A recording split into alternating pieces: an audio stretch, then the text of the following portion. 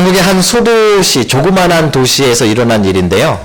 어떤 남자가 아마 저보다 조금 젊은 40대 한 중반 정도 되어지는 그런 남자가 꽃가게에 들어가 가지고요. 그 꽃가게 주인한테 이제 꽃을 그 꽃가게에서 뭐 한 몇 달, 아니 1년 정도 팔아야 남을 만큼의 양의 엄청난 꽃을 주문합니다. 그러니까 이 꽃가게 주인이 너무 좋아가지고 입이 이만큼 걸렸죠. 그죠? 그 사람이 이렇게 회사 잠바를 입고 있었고요. 그 다음에 명함을 가지고 그 사람에게 보여주면서 이러한 꽃으로 해서 이렇게 준비해 주세요. 언제까지? 그러니까 막 꽃가게 그 주인 아줌마가 이렇게 막 웃음이 활짝 폈습니다. 그런데 갑자기 지갑을 열더니 지금 제가 지갑을 놓고 왔네요. 그러더니 집에 가서 제가 이렇게 정리해서 지갑을 가져오겠습니다. 그러더니 택시비를 좀 빌려달라는 거예요. 그러니까 그 꽃가게 주인이 빌려줬을까요? 안 빌려줬을까요? 네, 빌려줬어요. 그 다음에 그 같은 동네에 있는 떡집에 이 아저씨가 또 나타났습니다. 그래가지고 엄청난 떡을 주문하더니 지갑을 안 가져왔네. 그러더니 자기 지금 얼마를 좀 빌려달라고, 4만 원, 5만 원 빌려달라고. 빌려줬을까요? 안 빌려줬을까요? 빌려줬어요. 이해가 안 가는 것 같은데 나중에 그 주인들한테 물어봤습니다. 왜 빌려줬습니까? 이유가 하나였어요. 그 대기업 잠바를 입고 있더래요. 그 동네에 가장 유명한 무슨 뭐 H상가 뭐 하여튼 그 회사에 대기업 잠바를 입고 있더래요. 그러니까 이 사람은 분명히 그 회사에서 왔을 것이고 신분이 확실하다라고 생각을 한 것이죠. 그런데 그것이 다 사기였습니다. 전국을 돌며 비슷한 일을 하셨던 그런 사기가 한국에 한 몇 년 전에 있었던 일입니다. 여러분, 옷을 뭘 입었느냐가 사실은 굉장히 중요합니다. 우리 주일학교 학생들 오늘 목사님 어때요? 맨날 목사님 양복 입고 있다 오늘 이렇게 입으니까 뭐 하는 사람 같아요? 예은아 목사님 뭐 하는 사람 같아? 말 못할 만한 일을 하는 사람 같아? 그죠? 우리가 옷을 뭘 입었느냐에 따라 가지고 우리 권사님이 이렇게 쳐다보시는, 무슨 브랜드 입었나 쳐다보신다고. 어떤 옷을 입었느냐에 따라서 사실 그 사람이 다르게 보이기도 한다는 것이 좀 특이한 일입니다.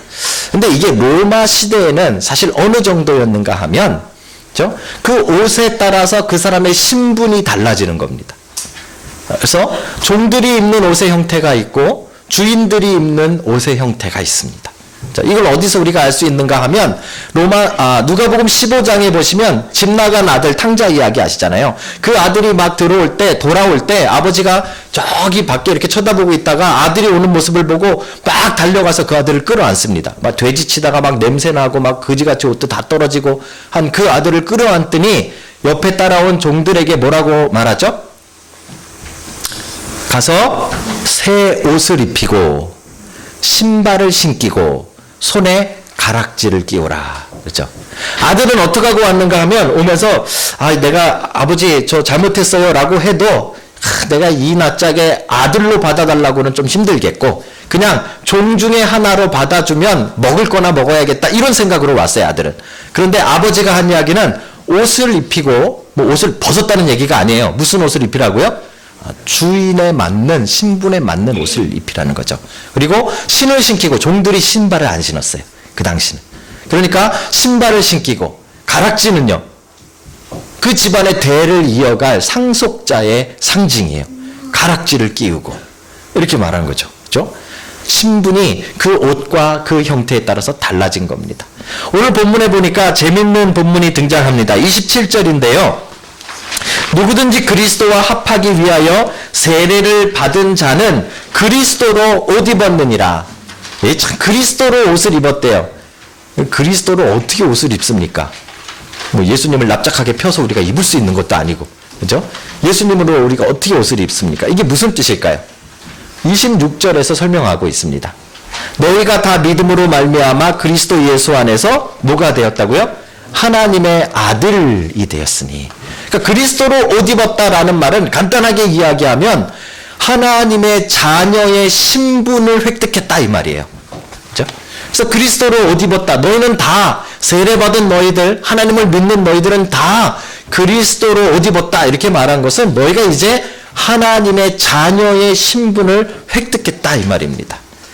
여러분 보통 죄송합니다. 제가 수련회 해가지고 약간 조금 맛이 정상적인 맛이 아닌데 보통 다른 데 가서 오클랜드에서 제가 이렇게 이야기하면 아멘 합니다. 놀랍죠? 오클랜드 사람들은 왜 아멘 할까? 잘 모르겠어요. 그죠? 여러분들 지금 이 자리에 계신 여러분들 세례를 받고 하나님을 믿기로 결심을 하고 하나님을 믿는 믿음이 있는 여러분들이라면 다 뭐가 됐다고요? 하나님의 아들, 딸, 하나님의 자녀가 됐다는 말입니다. 그러더라고요. 그렇죠? 웰링턴도 그러는군요. 예. 자, 그러면 하나님의 아들이 된 걸 여러분 어떻게 확인하시겠어요? 물어볼게요. 우리 찬양인도 잘하는 우리 상혁 형제 멋있잖아요, 그죠? 이거 얼마나 수고했는지 몰라요. 하나님의 아들이죠, 그죠? 증명을 해주세요. 하나님의 아들인 걸 사람들에게. 이 신분증 안 받았어요? 세례 받을 때 하나님의 아들. 예? 구원 받았습니다. 예, 구원 받았습니다. 사람들에게 증명을 해줘야 될 거 아니에요. 하나님의 아들인 것. 여러분 어떻게 생각하세요? 그리스도로 옷을 입었으면 다 하나님의 아들, 하나님의 딸이 됐다 그랬는데 그게 우리가 신분이 그렇게 바뀐 거를 어떻게 알 수 있어요? 옛날에는 조금 아까 말씀드렸잖아요.